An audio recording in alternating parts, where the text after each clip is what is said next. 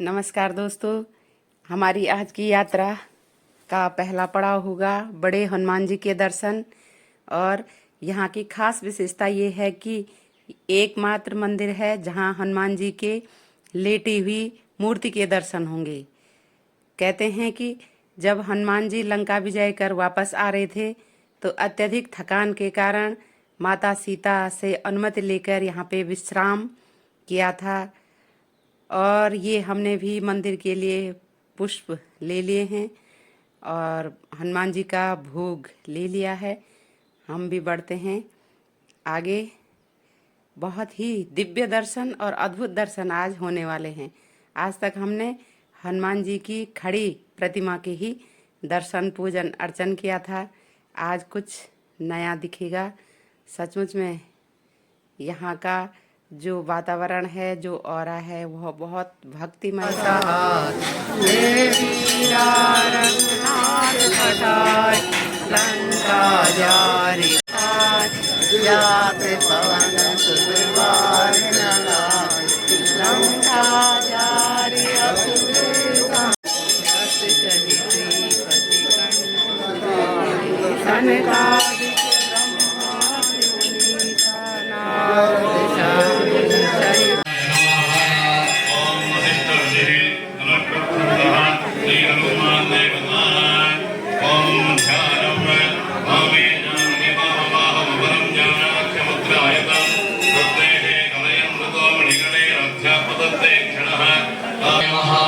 कल्पयामि यम्मायमात्मने नमः धूपं कल्पयामि ब्रह्मज्ञात्मने नमः दीपं कल्पयामि ॐ अमृतात्मने नमः नैवेद्यं परिकल्पयामि ॐ परमात्मने नमः पञ्चोपचारपूजां परिकल्पयामि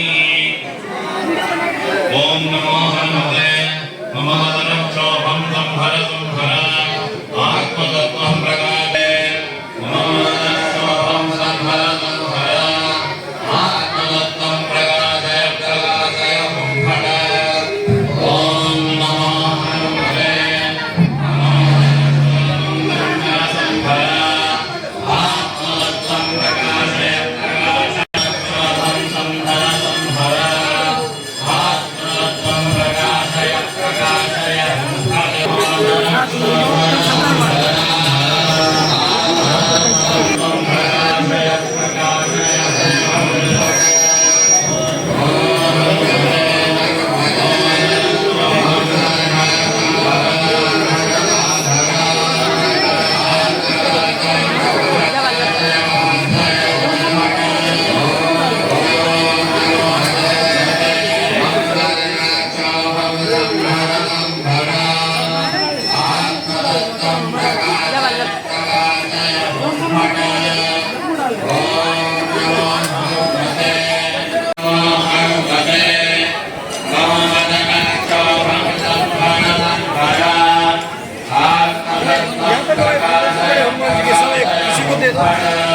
यहाँ पे ले लो, बड़े हनुमान जी यहाँ पे एक फोटो ले लो किसी। यहाँ के दर्शन के बाद हम बढ़ेंगे पातालपुरी और अक्षयवट को देखने के लिए। ये पूरा आप जो बाहर देख रहे हैं ये अक्षयवट की पुलिस चौकी है और ये किला बना हुआ है एक, जिसको कि मुगल बादशाह अकबर ने 1583 में बनाया था। इसके अंदर ही अक्षयवट है। यहीं पे सरस्वती कूप है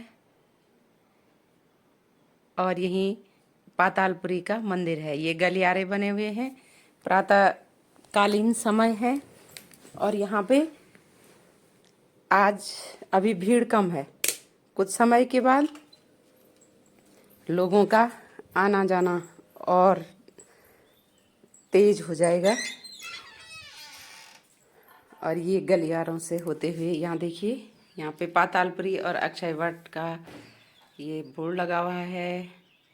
और इस गेट से होते हुए हम आगे बढ़ रहे हैं। यहाँ इस गैलरी में भगवान विष्णु के अवतारों के चित्र उकेरे गए हैं। बहुत सुंदर डिजाइनिंग की गई है। बहुत ही यहाँ का दिव्य दर्शन और ये अलग अलग आपको दिखाई दे रहे होंगे। जो मूर्तियां हैं उनके चित्र बना रखे हैं साफ सुथरे एक अद्भुत कलाकृति के द्वारा। और इस गली के बाद हम पहुंचेंगे अक्षय वट के दर्शन करने और पातालपुरी मंदिर के दर्शन करने।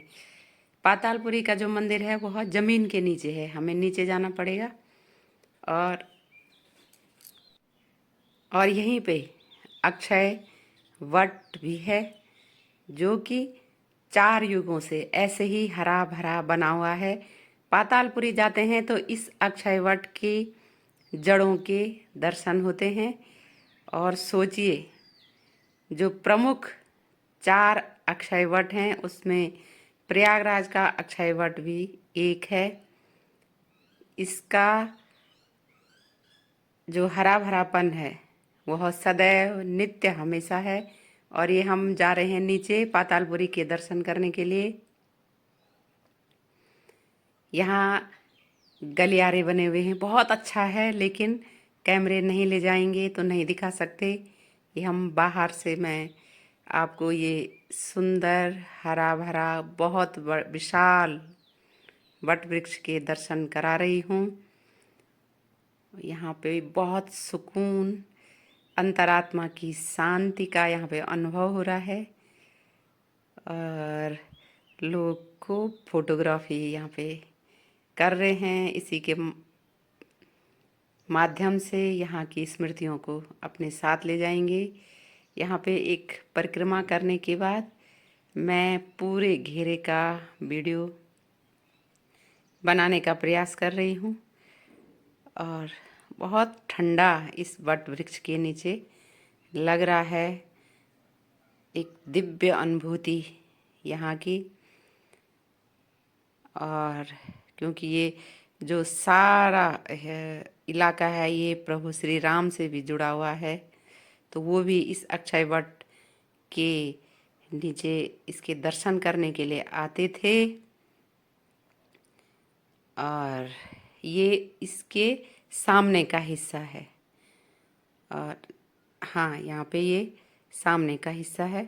और अब हम इन गलियारों से होते हुए वापस आएंगे और इस किले के बाहर जाएंगे।